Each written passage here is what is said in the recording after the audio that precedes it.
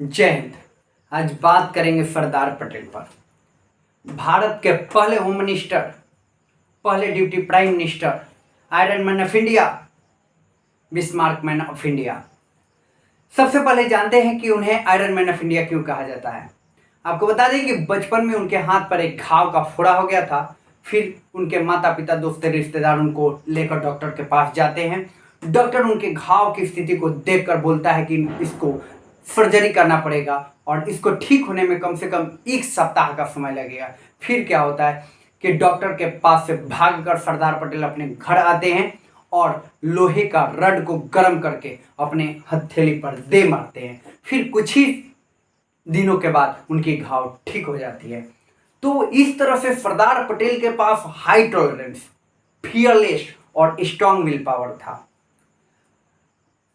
आपने कभी सोचा है कि अगर सरदार पटेल ना होते तो कन्याकुमारी से कश्मीर और अरुणाचल प्रदेश से गुजरात तक जाने में कई बार परमिशन और कई बार वीजा लेने की जरूरत होती। अगर ऐसा नहीं हुआ है तो इसके पीछे सरदार पटेल का स्मार्ट विजन था, स्ट्रांग विजन था। आपको बता दें कि सरदार पटेल का जन्म 31 अक्टूबर 1875 को नाडियाड, गुजरात में हुआ था। उनके पिता जावर भाई पटेल फॉर्मर के साथ फ्रीडम फाइटर थे और 1857 की क्रांति में उनका बहुत ही महत्वपूर्ण योगदान रहा है। आपको बता दें कि सरदार पटेल 10वीं की पढ़ाई करने के बाद वकालत की पढ़ाई किए और वकालत की पढ़ाई में पूरे देश में वो सेकंड रैंक लेकर आए और वकालत में उनको कोई पछाड़ दे ऐसा बंदा देश में नहीं हुआ। आपको बता दें कि सरदार पटेल भारत का प्रधानमंत्री क्यों नहीं बने, इस पर भी हम लोग चर्चा करेंगे। सबसे पहले बता दें कि सरदार पटेल जो थे वो गांधी जी से प्रभावित थे, गांधी जी के चंपारण आंदोलन से प्रभावित थे और गांधी जी की मुलाकात और सरदार पटेल की मुलाकात 1918 में खेड़ा आंदोलन के दौरान होता है।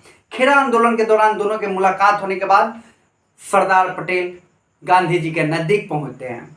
फिर क्या हुआ कि सरदार पटेल की ओहदा बढ़ते गई और सरदार पटेल को एक आंदोलन, बरदोली आंदोलन में अपनी क्षमता दिखाने का मौका मिलता है। फिर क्या था, सरदार पटेल बरदोली आंदोलन में अपने क्षमता दिखाते हैं और अपने नेतृत्व क्षमता का परिचय देते हुए अंग्रेजों को घुटना पिला देते हैं और जो बरदोली आंदोलन में अंग्रेज टैक्स बढ़ा दिए थे 35%, उसे घटाकर 0% पर करना पड़ता है। तो इस तरह से सरदार पटेल का स्मार्ट विजन और स्ट्रांग विल पावर था। आपको बता दें कि सरदार पटेल भारत के प्रधानमंत्री क्यों नहीं बने। आपको बता दें कि द्वितीय विश्व युद्ध के बाद अंग्रेज कमजोर होने लगे थे और कमजोर होने के बाद उन्होंने भारत को आजाद करने की बात उसने सोचा था। लेकिन भारत को आजाद करने से पहले भारत की जो सत्ता ऐसे हाथों में सौंपना चाहते थे जो भारत की सत्ता को चला सके। इसके लिए 15 प्रांतीय कमेटियों का गठन किया गया, जिसमें से महात्मा गांधी, डॉक्टर राजेंद्र प्रसाद, अबुल कलाम आजाद, आपको सीमांत गांधी, जेपी कृपलानी जैसे तमाम बड़े नेता शामिल थे। जब प्रधानमंत्री पद के लिए जो वोटिंग हुआ, 15 लोगों ने जब वोटिंग किया तो उसमें 12 लोगों ने सरदार पटेल के पक्ष में वोट किया और मात्र 2 लोगों ने जवाहरलाल नेहरू के पक्ष में मतदान किया और 15वां कौन सा मतदान किया था इसकी चर्चा नहीं हुआ है।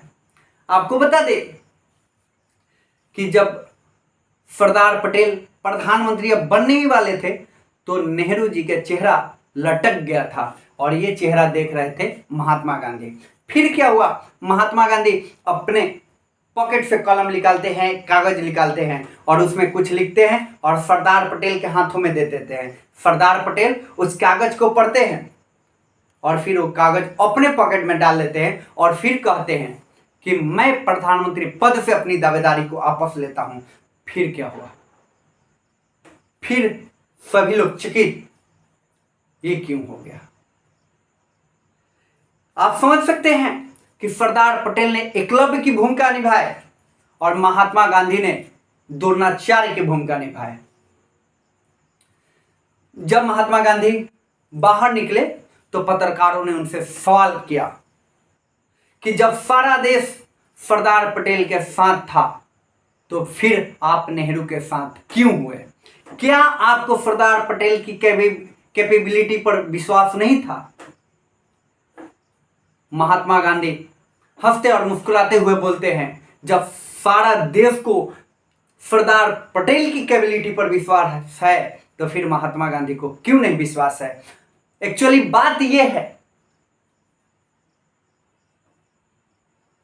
कि सरदार पटेल मेरी बात मान लेते हैं लेकिन नेहरू मेरी बात नहीं मानते, और अगर नेहरू प्रधानमंत्री नहीं बनता तो फिर वो अंग्रेजों के साथ मिलकर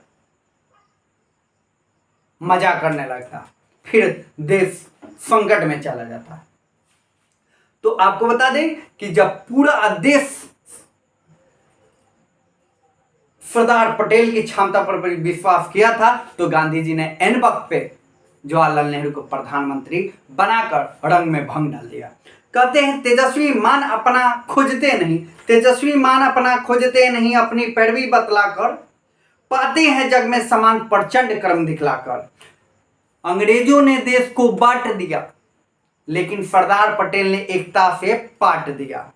आपको बता दें कि 1947 में देश का विभाजन हो गया, भारत और पाकिस्तान। तो भारत और पाकिस्तान का जब विभाजन हुआ तो महात्मा गांधी ने पाकिस्तान को 75 करोड़ रुपए देने की बात स्वीकार किए थे। उसमें से 25 करोड़ रुपए गांधी जी के बदौलत पाकिस्तान को दे भी दिया गया था, और उस 25 करोड़ रुपया लेकर पाकिस्तान ने कश्मीर पर हमला कर दिया, और फिर पाकिस्तान 50 करोड़ रुपये लेने के लिए अड़ गया और उसके माध्यम उसने गांधी जी को बनाया।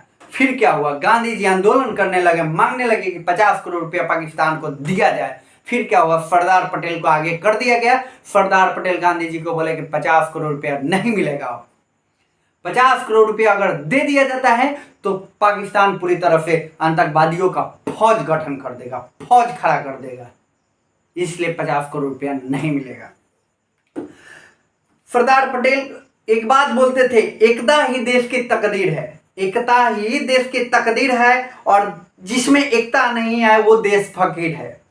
आपको बता दें कि देश कैसे एक हुआ, इसके पीछे सरदार पटेल का साम दाम दंड भेद था।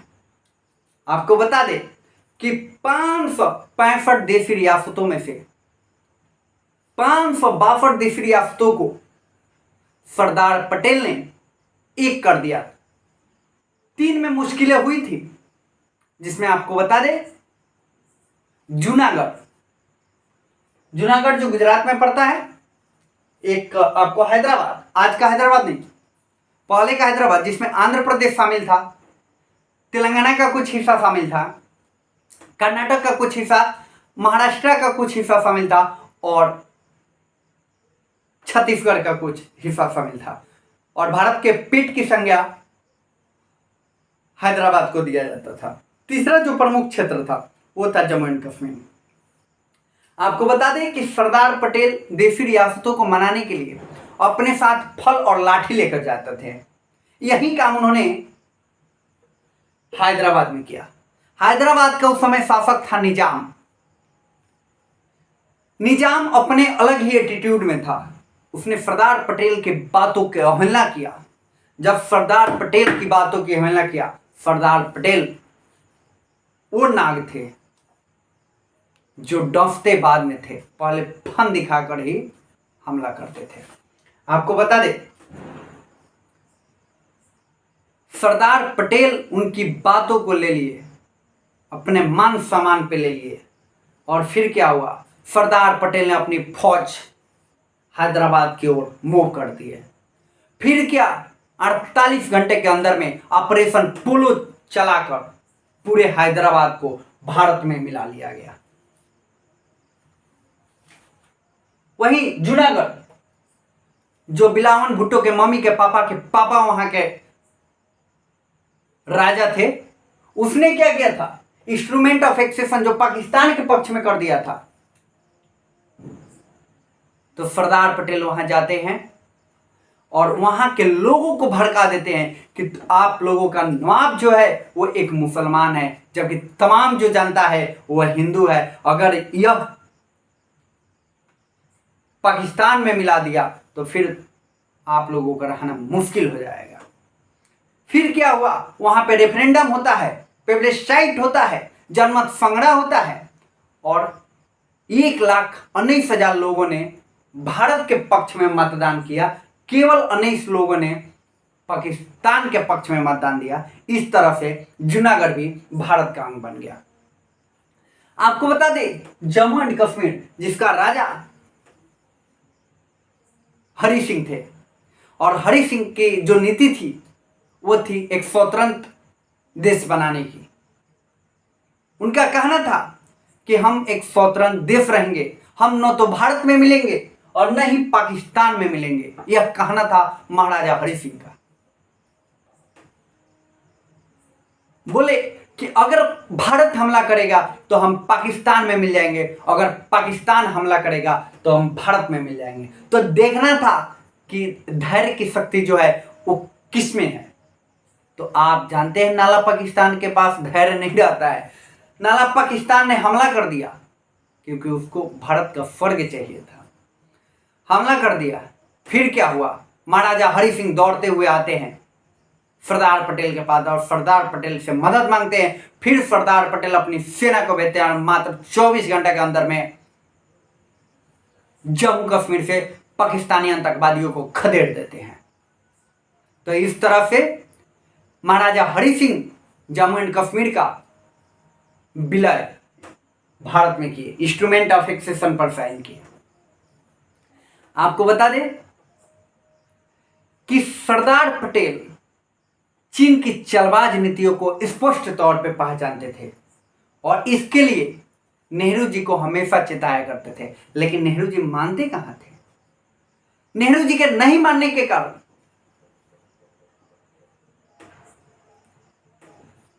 चाइना ने भारत पर हमला कर दिया और नेहरू जी की एक और गलती हुई कि भारत को जो यूएनओ में स्थायी मेंबरशिप मिला था वो भी चाइना को दे दिया। अगर सरदार पटेल अगर प्रधानमंत्री बने होते तो भारत अस्थायी मेंबरशिप प्राप्त किया रहता यूएनओ में। खैर 1962 में चाइना भारत पर हमला करके अक्साई चीन वाले क्षेत्र पर क्या कर लेता है, कब्जा कर लेता है। फिर क्या हुआ, एक युग का अंत होता है। 1950 में बिरला हाउस में सरदार पटेल का देह त्याग देता है। उनका शरीर का अंत होता है, लेकिन उनकी आत्मा आज भी हम भारतीयों और हमारे देश में आज भी जिंदा है। तो बहुत बहुत आज भी हम लोग याद करते हैं सरदार पटेल को, और हमेशा आप हम लोगों के दिलों में रहेंगे, हमेशा रहेंगे। जब तक हम हैं, हमारा देश है, तब तक आप हैं। डॉक्टर राजेंद्र प्रसाद का कहना था, जब इंसान अपने पद से नहीं बल्कि अपने काम से प्यार करता है तो वहीं सरदार पटेल बन जाता है। तो आपको बता दें कि सरदार पटेल का 31 अक्टूबर का वो दिन जो उनका जन्मदिन था वह देश में एकता दिवस के रूप में मनाया जाता है। मुझसे अगर कहने में कोई भी अगर त्रुटि रह गई है, मेरे बातों से कोई अगर किसी को क्षति पहुंचती है तो उसको मैं स्वीकार करूंगा। बाकी आप देखते रहिए कलम से क्रांति। जय हिंद।